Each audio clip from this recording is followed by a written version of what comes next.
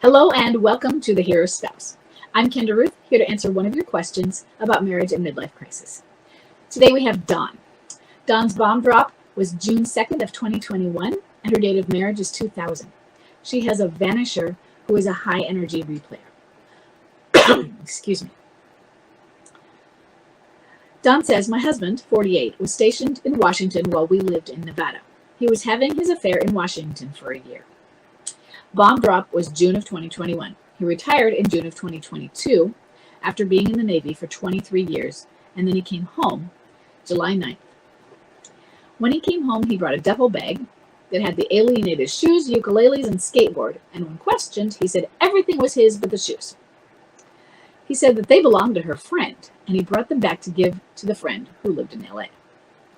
He came home only to tell me he had business to take care of on July 14th in LA. He left July 13th and said he would be back on the 15th. He then abandoned us to move himself and the alienator to Hawaii to live in her family's home. So I'm guessing that he didn't come back on the 15th even for anything. He just said he'd be back and never came back is my assumption on this. He continues to tell me he's living in Alabama with his mother. But I see him live on Instagram talking about living in Hawaii. I filed for divorce on August 25th. I asked him if he wanted the divorce and he said it was for the best. I'm not sure I did the right thing. Okay, a few things. First, he's not really a vanisher at this point because you have contact. Contact is communication. So he left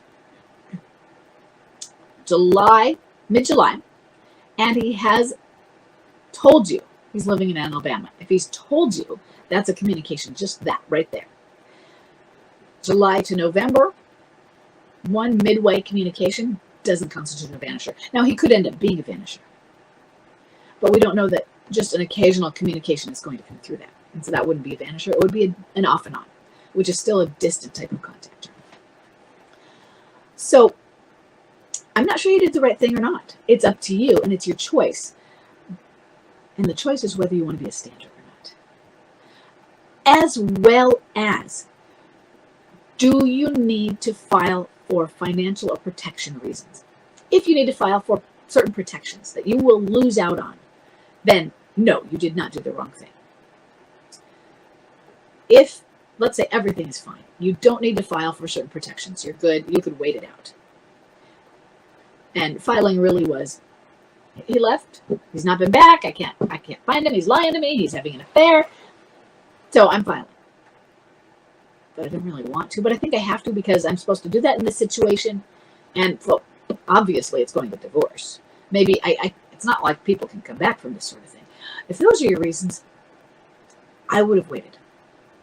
Now, first thing, that doesn't mean you can get out of it. To end the filing, often you need both of you. I'm going to assume that you're filing in Nevada. He's no longer in Washington, and he's in Hawaii. But even if we're in Alabama, it would probably be located in Nevada.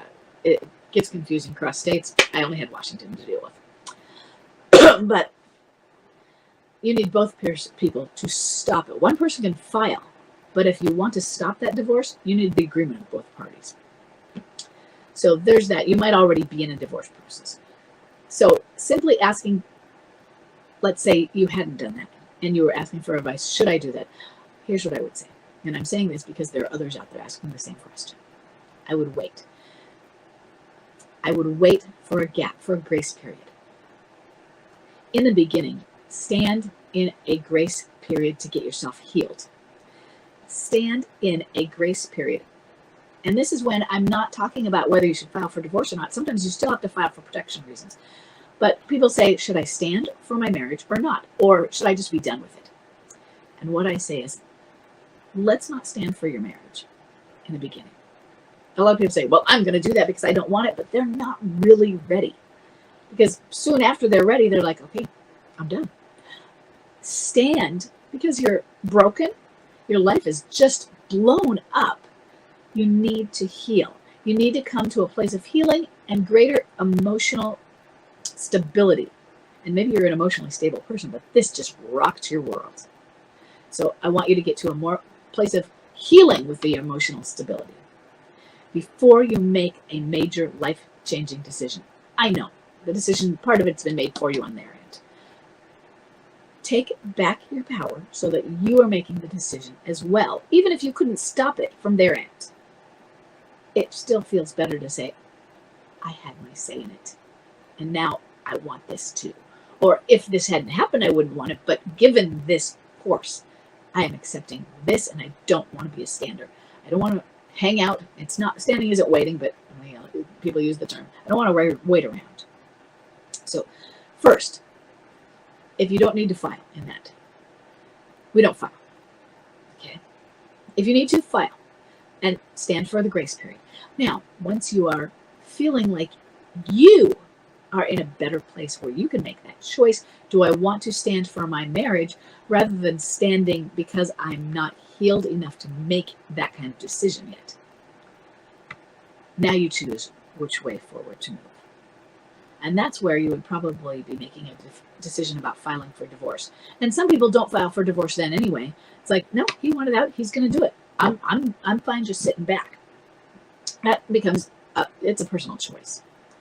But I would wait to file, especially if you choose to stand.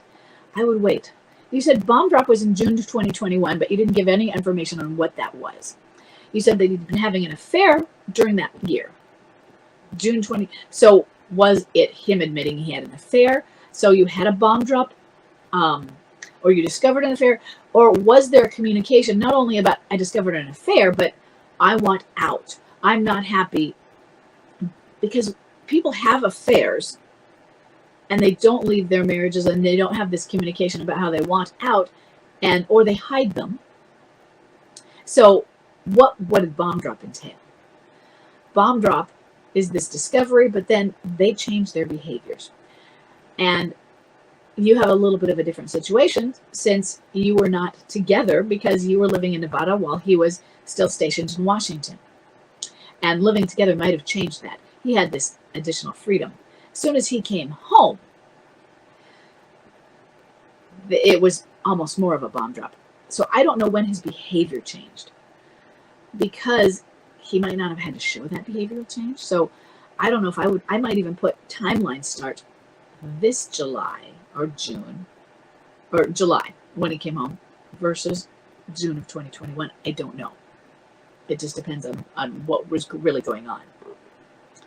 Now, you know that he is living in Hawaii. Apparently, you also know he lives in her family's home. You have information, whether it's assumption or not. You do not allow him to continue his lies to you. Oh yeah, he might do it, but you don't pretend that you're knowing it. You don't pretend you're buying into it. And when you do have communication, you do things like, I don't have stupid written across my forehead. That's an ASL, sign language S. I don't have stupid written across my forehead. Or some other, you can use a smart alecky comment like that. Listen, we both know that you are not only having an affair with that woman, you're in Hawaii and you're living in her family home. So come on, stop treating me like I'm a dumbass or whatever word it would be, because this is absurd. You're acting like an idiot and everyone can see it. Now, sometimes I talk about having this soft voice. This is not a soft voice time. This is a firm, assertive, strong, stop between your sentences type of thing. Great pauses. Staccato voice sometimes. Versus when you are reassuring, you go into a softer voice. That's not what we have here. When you're calling him out on his lies. So that's what I don't want you to do. I don't want you to call him out on those lies. Now, forget that you've filed for divorce. It's done, and you probably can't undo it unless or until he changes that. Doesn't mean you have to stop standing. It just means that there's this other train on the tracks, and unfortunately, that train goes faster than the midlife crisis train. But we have others here who are beyond their divorce, either because they had to file, or their MSE filed. It happens. Standing, you can stand when divorced, you can stand by going through the divorce. And it doesn't mean that you will get divorced, and it doesn't mean that you can't reconcile after a divorce. What you can do is just do everything you are required to for the divorce and absolutely nothing more on the timeline of it. Do what you need to do to protect yourself if you have to go above and beyond on that level. But for the timing of it, do what you're required to do so you don't get in trouble with the court. But don't do extra work, and don't help him with his end of it. He calls you and asks for help with it. I'm sorry, you need to talk to your lawyer about that. And yes, they monster. Too bad. He wanted out. Yeah, he might blame you because, well, you filed. Yeah, well, you know what? You left. You left for someone else, buddy. So you call him on it. Don't let him get away with the lies.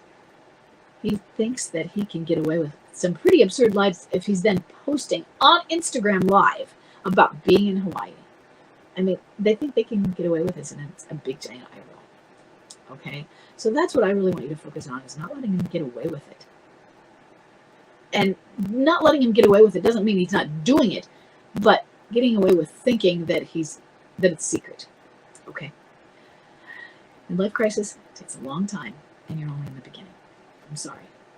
But I hope this is helpful, and I'll see everybody in the next question.